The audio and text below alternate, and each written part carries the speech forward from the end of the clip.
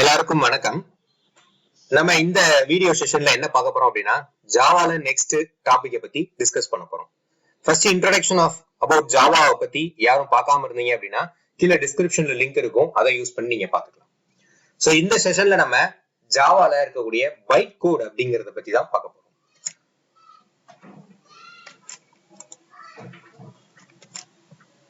So இதுல நம்ம cover பண்ண போற டாபிக் என்னன்னு பாத்தீங்க அப்படின்னா பைட் கோட் அப்படிங்கறத பத்தி தான் பார்க்க போறோம். சோ பைட் கோட் அப்படின்னா ஃபர்ஸ்ட் என்ன அப்படின்னு கேட்டீங்க அப்படின்னா, பொதுவா ஜாவாவை கம்பைல் பண்ணும்போது நமக்கு ஒரு எக்ஸிக்யூட்டபிள் ஃபைல் வந்து நமக்கு கிடைக்காது.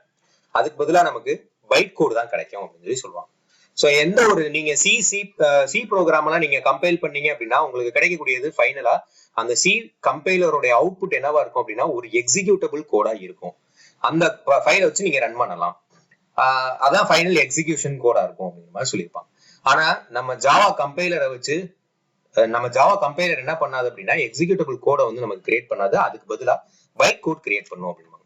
சோ அந்த பைட் கோட் அப்படின்னா என்ன அப்படின்னா அது அதாவது ஒரு set of instruction program run ஆகுறதுக்கு, ப்ரோக்ராம் வந்து எக்ஸிக்யூட் ஆகுறதுக்கு அந்த ஒரு இன்ஸ்ட்ரக்ஷன்ஸை ஃப்ரேம் பண்ணி வைக்கிறது தான் பைட் கோட் அப்படிங்கறத சொல்லுவாங்க. இதை யாரு ஃப்ரேம் பண்ணுவாங்க அப்படின்னு கேட்டா அப்படின்னா JVM, ஜாவால ஜாவா விர்ச்சுவல் மிஷின் அப்படின்னு ஒன்று இருக்கு. சோ இந்த JVM உடைய ஒர்க் தான் கொடுத்திருக்கக்கூடிய சோர்ஸ் கோட பைட் கோடா கன்வெர்ட் பண்றது. சோ அந்த JVM தான் என்ன பண்ணும் அப்படின்னா பைட் கோடா மாத்தி நமக்கு தரும். சோ இந்த JVM என்னன்னு சொல்லுவோம் அப்படின்னா ஜாவா விர்ச்சுவல் மிஷின் என்னன்னு சொல்லுவோம்னா ஜாவா ரன் டைம் சிஸ்டம் அப்படின்னு சொல்லுவோம். இந்த JVM அப்படிங்கிறது ஒரு இன்டர்பிரட்டராகவும் செயல்படும் அப்படிங்கறத சொல்லியிருப்பாங்க. சோ இதான் ஒரு இன்டர்பிரட்டர் அப்படிங்கறத சொல்லியிருப்பாங்க. இந்த பைட் கோட் அப்படிங்கறத வந்து ஒரு ஸ்பெஷல் டைப் ஆஃப் கோட். இது யார் கிரியேட் பண்ணி தருவா அப்படின்னா ஜாவா கம்பைலர் தான் கிரியேட் பண்ணுவோம். விச் மீன்ஸ் நம்ம ஜாவாவோட சோர்ஸ் கோட கம்பைல் பண்ணும்போது நமக்கு கிரியேட் ஆகக்கூடிய ஃபைல் தான் பைட் கோட் அப்படின்னு சொல்லுவாங்க. சோ இவ்வளவு தூரம் நம்ம தெரிஞ்சுக்கிட்டதுனால நம்ம ஃபர்ஸ்ட் ஜாவா ப்ரோக்ராம் என்ன எக்ஸ்டென்ஷன்ல சேவ் பண்ணணும், எப்படி சி ப்ரோக்ராம டாட் சின்னு சேவ் பண்றோம், அதே மாதிரி C++ல டாட் சிபிபி அப்படின்னு சேவ் பண்ணுவோம். அண்ட் தென் ஜாவாவை டாட் ஜாவா அப்படிங்கிற எக்ஸ்டென்ஷன்ல சேவ் பண்ணணும். ஃபார் எக்ஸாம்பிள் ஒரு ப்ரோக்ராம் டைப் பண்ணிக்கீங்க, அந்த ப்ரோக்ராம சேவ் பண்ணும்போது ஃபைல் நேம் டாட் ஜாவா அப்படிங்கறத கொடுத்துக்கலாம். சோ நெக்ஸ்ட் பாத்தீங்க அப்படின்னா நான் போனதுல சொல்லியிருந்தேன் ஜாவா அப்படிங்கிறது ஒரு பிளாட்ஃபார்ம் இண்டிபெண்டன்ட் லாங்குவேஜ் அப்படின்னு சொல்லியிருந்தோம்.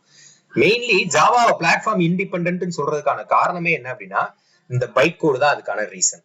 சோ ஜாவால மட்டும்தான் பொதுவா வந்து சில பாத்தீங்க அப்படின்னா ஒரு சி ப்ரோக்ராம வந்து சி கம்பைலர் என்ன பண்ணும் அப்படின்னா பைனரி லாங்குவேஜா மாத்தும், which means 0s and 1s மாத்தும். சோ இதுதான் வந்து ஒரு சி கம்பைலர் பண்ணக்கூடியது. ஆனா ஜாவா வந்து என்ன பண்ணாது அப்படின்னா இப்படி டைரக்டா கம்பைலர் மிஷின் கோடா மாத்தாது. சோ ஒரு ஜாவா சோர்ஸ் கோட்னா ஒண்ணுன்னா நம்ம டைப் பண்ணிருக்கக்கூடிய ப்ரோக்ராமிங் கோடு. சோ அதை ஃபர்ஸ்ட் என்னவா மாத்தோம் அப்படின்னா பைட் கோடா மாத்தும். விச் மீன்ஸ் ஜாவா ஃபைல் நம்ம சேவ் பண்ணிருக்கோம்ல அந்த ஃபைல ஒரு கிளாஸ் ஃபைலா மாத்தும். அந்த கிளாஸ் ஃபைல வச்சுதான் கிளாஸ் ஃபைல நெக்ஸ்ட் வந்து பைனரி கோடா கன்வெர்ட் ஆகும். சோ இது எதுக்கு இப்ப சொல்ல வரேன் அப்படின்னு கேட்டீங்க அப்படின்னா நம்ம ஜாவா பிளாட்ஃபார்ம் இண்டிபெண்டன்ட் சொல்றதுக்கான மெயின் ரீசனே வந்து இந்த கிளாஸ் ஃபைல் தான். மெயின் ரீசனே எது அப்படின்னா இந்த கிளாஸ் ஃபைல் தான். சோ பிகாஸ் எந்த ஒரு சிஸ்டத்திலையும் நீங்க இந்த கிளாஸ் ஃபைல வச்சு மட்டுமே உங்களால ஜாவாவை ரன் பண்ண முடியும், எக்ஸிக்யூட் பண்ண முடியும். இது சில நம்மளால பண்ண முடியாது. C and C++ல இது பண்ண முடியாது.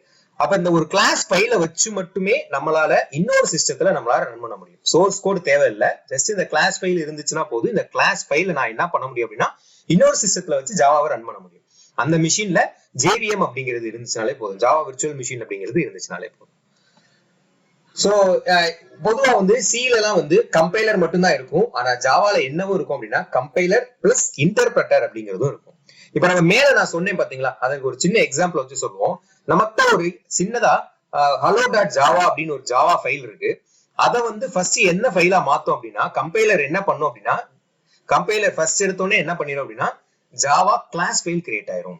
சோ கம்பைலர் கம்பைல் பண்ணி முடிச்ச உடனே ஜாவா கிளாஸ் ஃபைல் கிரியேட் ஆயிரும். அதாவது hello.javaங்கிற இருக்கிற ஃபைலுக்கு ஒரு hello.class அப்படின்னு சொல்லி ஒரு புது ஃபைல் வந்து கிரியேட் ஆயிரும். அதுதான் கிளாஸ் ஃபைல் அப்படின்னு சொல்லுவாங்க. அண்ட் தென் அந்த கிளாஸ் ஃபைல் தான் நெக்ஸ்ட் இன்டர்பிரட்டர் என்ன பண்ணும் அப்படின்னா அததான் ஃபைனலா எக்ஸிக்யூட்டபிளா மாத்திரும், பைனரி லாங்குவேஜா மாத்தி நமக்கு எக்ஸிக்யூட் பண்ணும். சோ இதுதான் ஜாவாவோட ப்ரொசீஜர். அப்ப நீங்க இப்ப ஃபார் எக்ஸாம்பிள் நான் இந்த லேப்ல வந்து ஜாவா ப்ரோக்ராம் நான் டைப் பண்ணி அதை கிளாஸா மாத்தி வச்சிருக்கேன், அதை எக்ஸிக்யூட் பண்ணி பாத்துட்டேன்.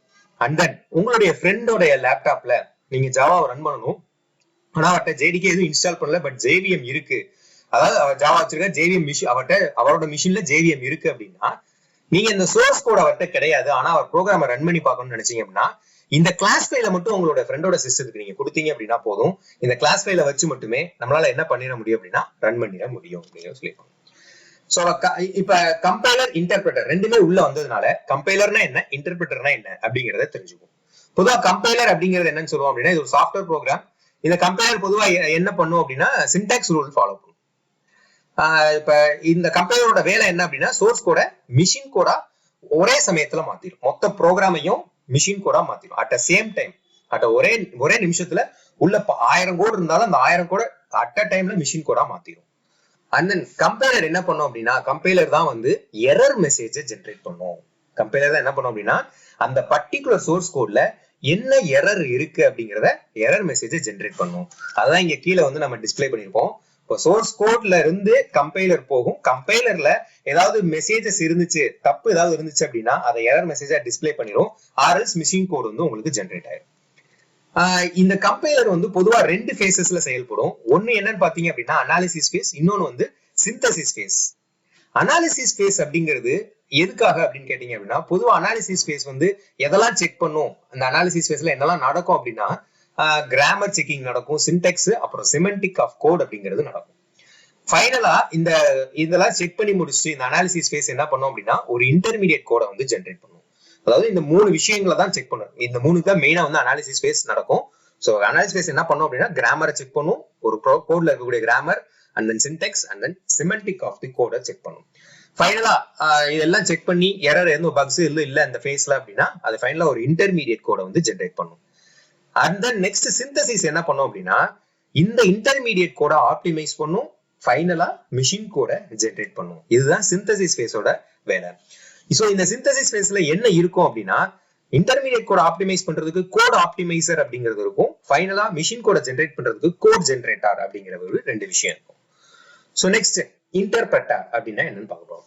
இன்டர்பிரட்டருமே ஒரு சாஃப்ட்வேர் ப்ரோக்ராம் தான் சொல்லுவாங்க. இதுவுமே சோர்ஸ் கோட மிஷின் கோடா மாத்த போதுதான். ஆனா என்ன பண்ணும் அப்படின்னா லைன் பை லைனா மாத்தும். 1000 லைன்ஸ் இருக்கு அப்படின்னா அதுல 1 by 1 நமக்கு மாத்தும். சோ இததான் இங்க சொல்லியிருப்பாங்க. பைட் கோட் இன்டர்பிரட்டர் போகுது அப்படின்னா ஒரு எக்ஸிக்யூட்டிவ் கோடா மாறும். இப்ப ஃபார் எக்ஸாம்பிள் ஒரு லைன் மாறி இருக்கும், அடுத்து நெக்ஸ்ட் இன்ஸ்ட்ரக்ஷன் பைட் கோட்ல இருந்து இருக்கும். சோ இப்ப பைட் கோட்ல 1000 நம்பர் ஆஃப் லைன்ஸ் இருக்கு அப்படின்னு கேட்டீங்க அப்படின்னா ஒவ்வொரு லைனும் எக்ஸிக்யூட்டபிள் கோடா மாறும், சிங்கிள் லைனா மாறும், 1 by 1 மாறும். அதுதான் லைன் பை லைன். அதுதான் கம்பைலருக்கும் இன்டர்பிரட்டருக்கும் உள்ள மெயின் டிஃபரன்ஸே. சோ இதுதான் வந்து கம்ப்ளீட்டா ஜாவா வந்து ஏன் பிளாட்ஃபார்ம் இண்டிபெண்டன்ட்டா இருக்கு அப்படிங்கிறதுக்கான ஒரு ரீசன். பைட் கோட் தான் அதனுடைய மெயின் ரீசன். சோ இது உங்களுக்கு புரிஞ்சிருக்கும்னு நினைக்கிறேன். இதுல ஏதாவது டவுட்ஸ் இருந்துச்சு அப்படின்னா கீழே கமெண்ட் செக்ஷன்ல மென்ஷன் பண்ணுங்க.